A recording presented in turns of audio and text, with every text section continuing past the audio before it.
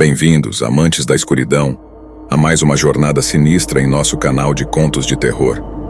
Preparem-se para mergulhar nas profundezas do desconhecido, onde sombras ganham vida e segredos ocultos emergem da escuridão. Hoje, temos uma história que irá arrepiar a espinha e deixar a sua mente inquieta. Mas antes de nos aprofundarmos nessa narrativa sombria, não se esqueça de se inscrever, ativar o sininho para receber notificações e deixar seu like, pois o terror aguarda por você.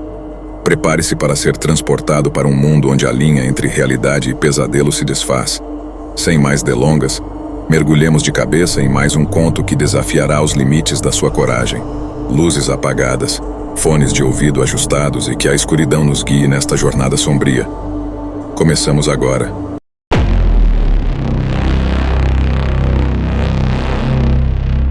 A mansão Winchester, localizada em San José, Califórnia, é uma das casas mais enigmáticas e assombradas dos Estados Unidos. A história da mansão começa com Sarah Winchester, a herdeira da fortuna da famosa empresa de armas Winchester. Após a morte prematura de seu marido, William Wirt Winchester, e de sua filha, Anne, Sarah ficou profundamente abalada e passou a acreditar que estava sendo perseguida pelos espíritos das pessoas que haviam sido mortas pelas armas Winchester. Em busca de respostas e paz, Sarah consultou um médium em Boston, que lhe disse que ela precisava construir uma casa para os espíritos, mas que nunca deveria parar de construí-la. Convencida de que isso a protegeria, Sarah se mudou para a Califórnia e comprou uma pequena casa de fazenda em 1886. Ela então começou a expandir a casa de forma contínua e sem um plano arquitetônico claro, um trabalho que durou 38 anos até sua morte em 1922. O resultado foi a mansão Winchester, um labirinto bizarro e confuso com 160 quartos, escadas que levam a lugar nenhum, portas que se abrem para paredes sólidas, janelas no chão e outros elementos arquitetônicos estranhos. Sarah acreditava que essas características enganariam os espíritos e os manteriam longe dela. A mansão é uma verdadeira maravilha arquitetônica, mas também um testemunho da obsessão e do medo de Sarah Winchester. Os relatos de atividades paranormais na mansão são abundantes. Visitantes e funcionários frequentemente relatam avistamentos de figuras fantasmagóricas, portas que se abrem e fecham sozinhas, sons inexplicáveis de passos e sussurros. Alguns acreditam que Sarah ainda assombra a casa, juntamente com os espíritos das vítimas das armas Winchester. Um dos cômodos mais famosos é a Sala Azul, que era usada por Sarah para sessões espíritas. Dizem que ela se comunicava com espíritos nessa sala todas as noites, recebendo instruções sobre como continuar a construção da casa. A mansão Winchester é agora uma atração turística, aberta ao público para visitas guiadas. A casa continua a fascinar e intrigar aqueles que a visitam, não só pela sua arquitetura única e história curiosa, mas também pelos muitos relatos de atividades sobrenaturais. A combinação de lenda, mistério e o verdadeiro sofrimento de Sarah Winchester criaram um legado duradouro, fazendo da mansão Winchester um dos locais mais icônicos e assombrados dos Estados Unidos.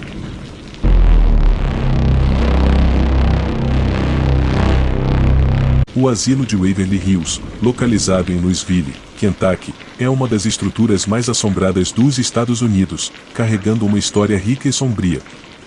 Construído em 1910, inicialmente como um hospital para tratar pacientes com tuberculose, Waverly Hills rapidamente ganhou uma reputação macabra devido à alta taxa de mortalidade e às condições de vida assustadoras.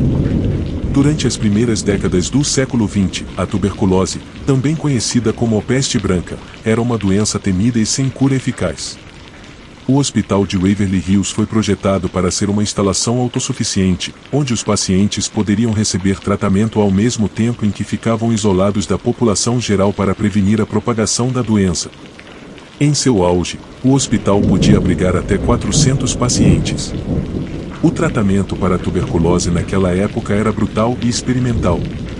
Pacientes eram submetidos a procedimentos dolorosos, como a remoção de costelas e músculos para tentar aliviar a pressão sobre os pulmões, além de pneumotórax, onde o pulmão era deliberadamente colapsado para o descansar. Muitos pacientes morreram durante ou após esses tratamentos, e estima-se que o número de mortos em Waverly Hills pode chegar aos milhares. O túnel da morte é um dos aspectos mais infames do asilo.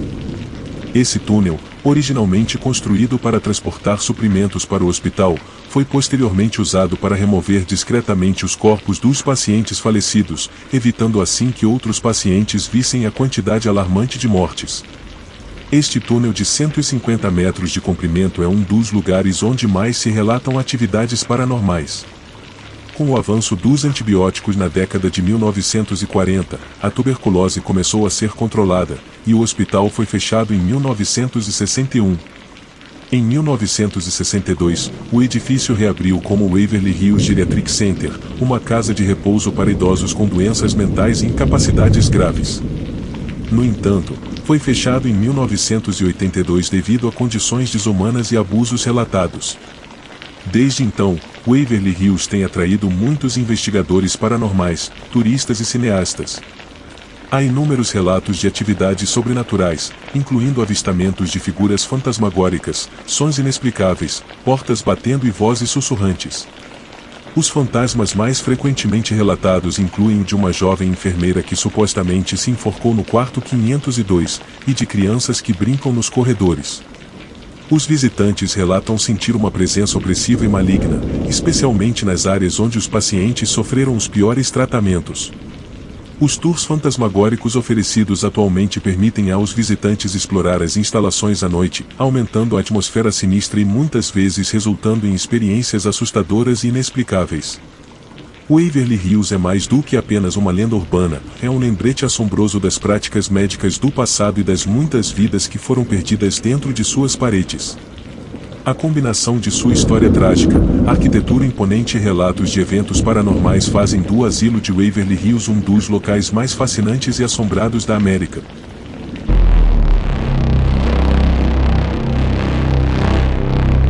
O Castelo de Shillington, localizado na fronteira entre Inglaterra e Escócia, é um dos castelos mais assombrados do Reino Unido. Com uma história que remonta ao século XII, o castelo foi originalmente construído como um mosteiro, mas rapidamente se tornou uma fortaleza estratégica devido à sua localização crucial durante as guerras da independência da Escócia. Ao longo dos séculos, o castelo de Shillington foi palco de inúmeras batalhas, cercos e atos de violência brutal. Este passado sangrento contribuiu para a reputação de ser um dos lugares mais assombrados da Inglaterra. O castelo é famoso não apenas por sua arquitetura medieval impressionante, mas também pelas histórias de fantasmas que o cercam.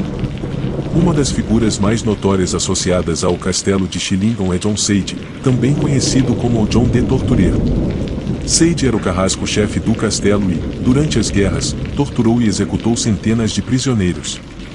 Dizem que o fantasma de John ainda assombra as masmorras e a sala de tortura, onde gritos e gemidos inexplicáveis são frequentemente ouvidos.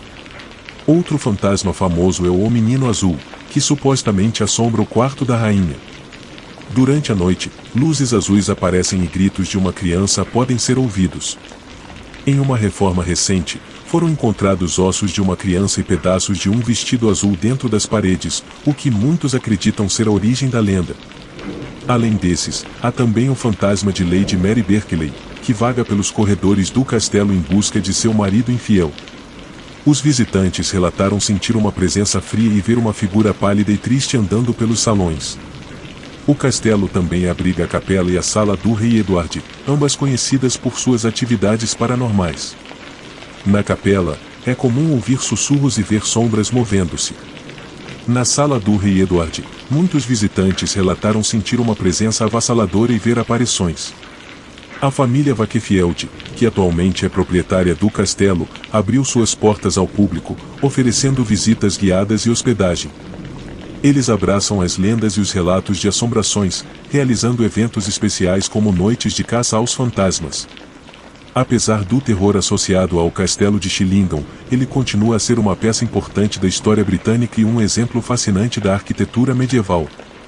Os relatos de atividades paranormais, combinados com sua rica história, atraem entusiastas do paranormal, historiadores e turistas curiosos de todo o mundo. A atmosfera do castelo, com seus corredores escuros, masmorras sinistras e quartos ornamentados, oferece uma experiência única que mistura o passado histórico com o mistério do sobrenatural.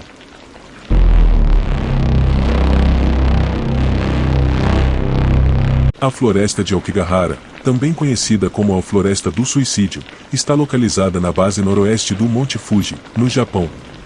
Este denso e sombrio mar de árvores é envolto em uma aura de mistério e tragédia, ganhando notoriedade mundial devido ao grande número de suicídios que ocorrem lá. Aokigahara é uma floresta densa com uma vegetação exuberante que bloqueia a luz do sol, criando uma atmosfera perpetuamente crepuscular. A base da floresta é formada por rochas vulcânicas, que dificultam o crescimento de árvores altas e contribuem para a sensação de desorientação entre aqueles que entram. Os compassos e outros equipamentos de navegação muitas vezes não funcionam corretamente devido ao alto teor de ferro no solo, o que torna fácil perder-se. Historicamente, a floresta tem sido associada a demônios da mitologia japonesa e ao conceito de Ubazuchi, uma prática folclórica antiga onde pessoas idosas ou doentes eram deixadas para morrer em locais remotos. No entanto, foi na segunda metade do século XX que Aokigahara começou a ganhar a reputação de ser um local popular para suicídios.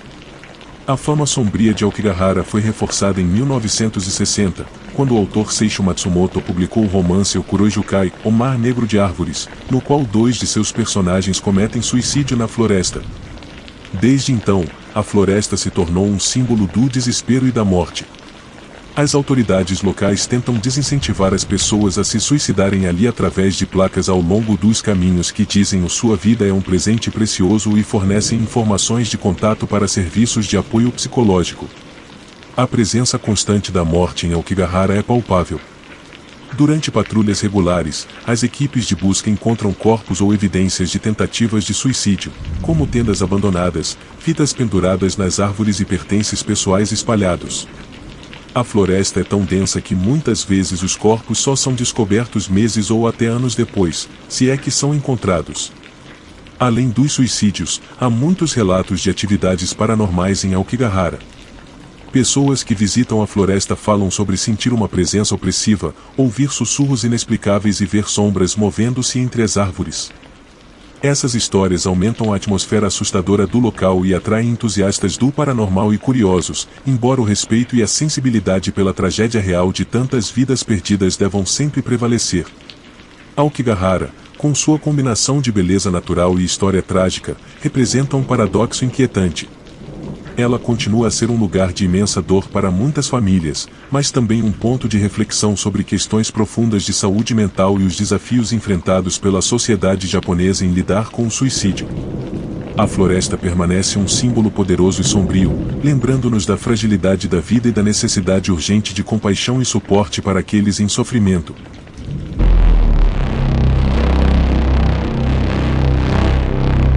A Casa Amityville, localizada no número 112 da Ocean Avenue, em Amityville, Long Island, Nova York, é uma das casas mais famosas e controversas dos Estados Unidos, conhecida por sua suposta atividade paranormal e pelos terríveis assassinatos que ocorreram lá. Em 13 de novembro de 1974, Ronald DeFeo Jr., então com 23 anos, cometeu um crime horrendo ao assassinar toda a sua família enquanto dormiam, seus pais e 4 irmãos. DeFeo alegou ter ouvido vozes que o incitaram a cometer os assassinatos.